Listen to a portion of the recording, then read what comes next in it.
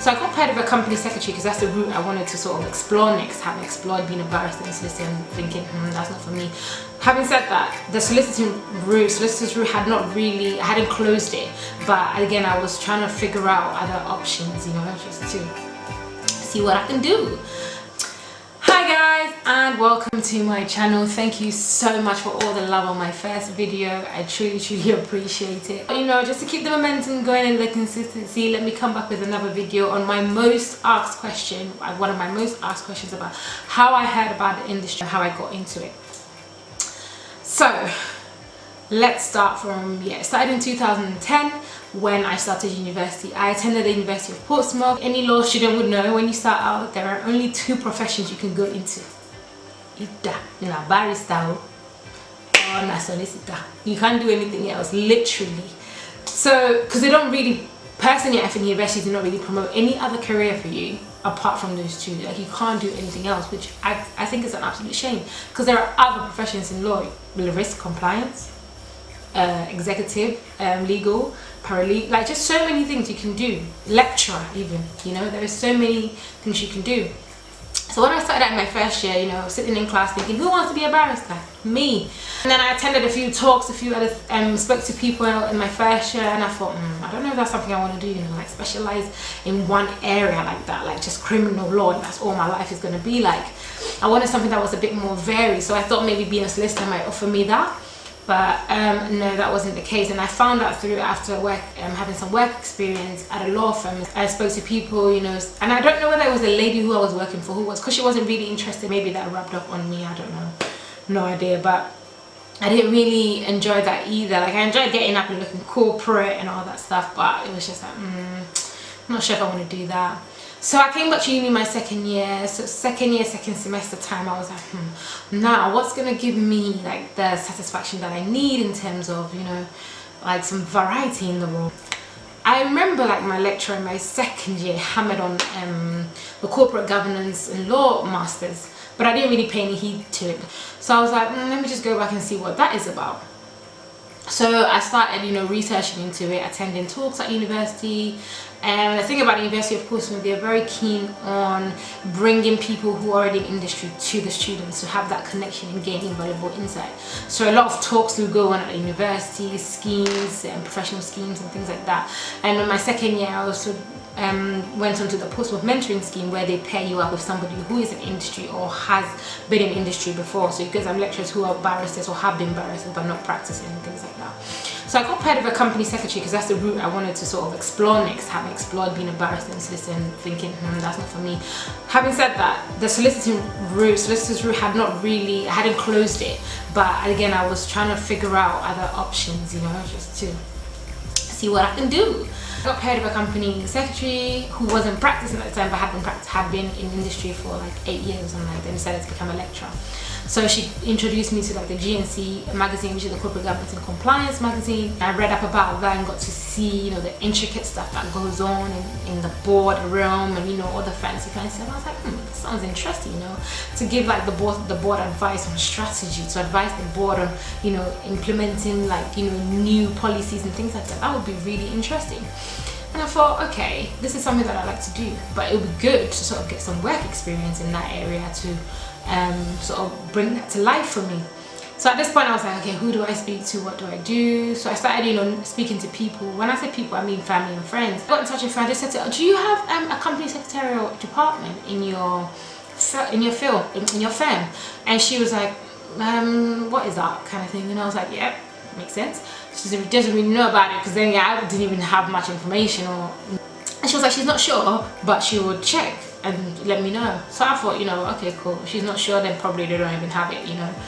Just went on with my day, trying to figure out other ways I could get that experience. And then she came back to me and she was like, yeah, there is a department actually, and I've spoken to them and told them you want some work experience. I was like, oh, nice. And she was like, yeah, they're willing to offer you a week. I was like, what? Like, at this point I was just like, okay, that went from me just asking you a question to now getting work experience.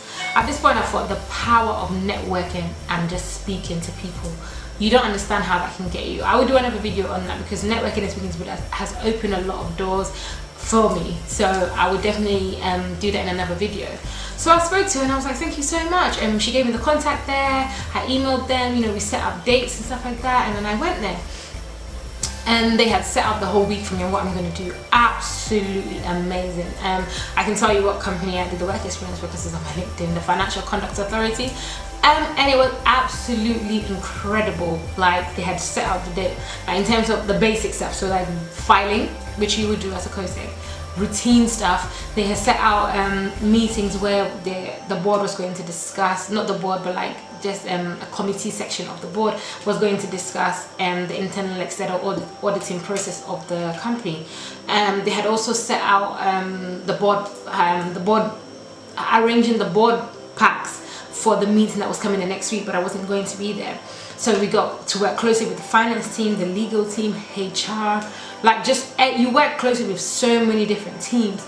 I thought, wow. I wasn't sure whether maybe because of the way they laid out the week for me, I thought maybe I'm sold. But at this point I was just like, wow. Like, anything that a company cannot solve, just come to the COSEC team. We got you. Like, it's literally such a broad area that no 2 day is the same. And I went off back to university thinking, this is it, done.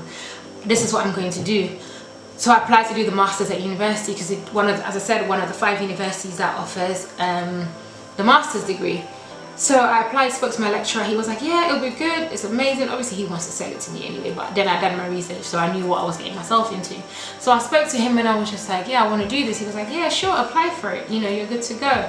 And I already like graduated with like really good grades. So he was like, yeah, we'll do it. So within a week or two I was like, you know, they offered me a place at the university. I was like, great. So obviously I was at home for the summer break. Before I carry on, in as much as I was applying for the masters, I was applying for trainee roles while I was at uni as well. So I think in the early 2014, about January, February, I was sending out CVs where I see trainee roles, you know, sending cover letters and, you know, letter of applications to firms to ask for a place, really. But I got a couple of interviews here and there with them, but there was one particular role that I was in the process, but then I thought, you know what, in case I don't get the masters, that maybe if that comes up, then fine. If I don't get the role, then I'm going to do the masters. So from the September of that year would not really be in vain because I was doing something. Either I was starting a new job, or I was doing the masters. So focus, like, in terms of like forward thinking, to make sure that my whole year is not gone wasted, or I'm not sitting at home waiting for a job. So I did that, and then in like the August, just before graduation, I got a call for a second interview. And I thought, okay, I'll go for this, that's fine. So I went for the second interview, similar to the first interview, was fine. I thought, okay, didn't hear from them again. The recruiters as well were not really hearing much information, so I thought, let me just start preparing for going back to university. And then by early August, I got a call, mid-August, I got a call to come back for a third interview. I thought, oh, they still want me? Okay, fine. So I went for the interview, and then a week later, I got offered the role. So I had to obviously ring up my university and close my place at university, my masters, and then I went on and did the training with with the company. Actually, prior from taking that job, I was just like, oh my god, I don't know if I want to study and work. Like, that would just take me longer when I could go to the master's route and just, you know, finish up in a year. But I spoke to my family, spoke to my uncle and a few other close people, and they were like, you know what, at the end of the day, experience over your qualifications. And I am so glad I listened. I feel like if you do get the opportunity to work and study, I say take it, because employers actually look out for that. It makes them feel like, okay, you know what, they really want to do this. And now I've been in industry coming up to 3 years, absolutely loving it. You know, I wouldn't change it for the world. You do have your bad days and good days, but that's with any other job, and trust me, no 2 day is the same. Amazing what networking and speaking to somebody can do. That's the only way I was able to get that experience and also get into the industry. So speak to people, you know, network, make yourself known, be commercially aware of what's going on. I will do, as I said earlier, I will do another video on how to network and hopefully get work experience through that. But this was a little intro as to how I heard about the industry, and I will speak to you soon. Take care. Bye.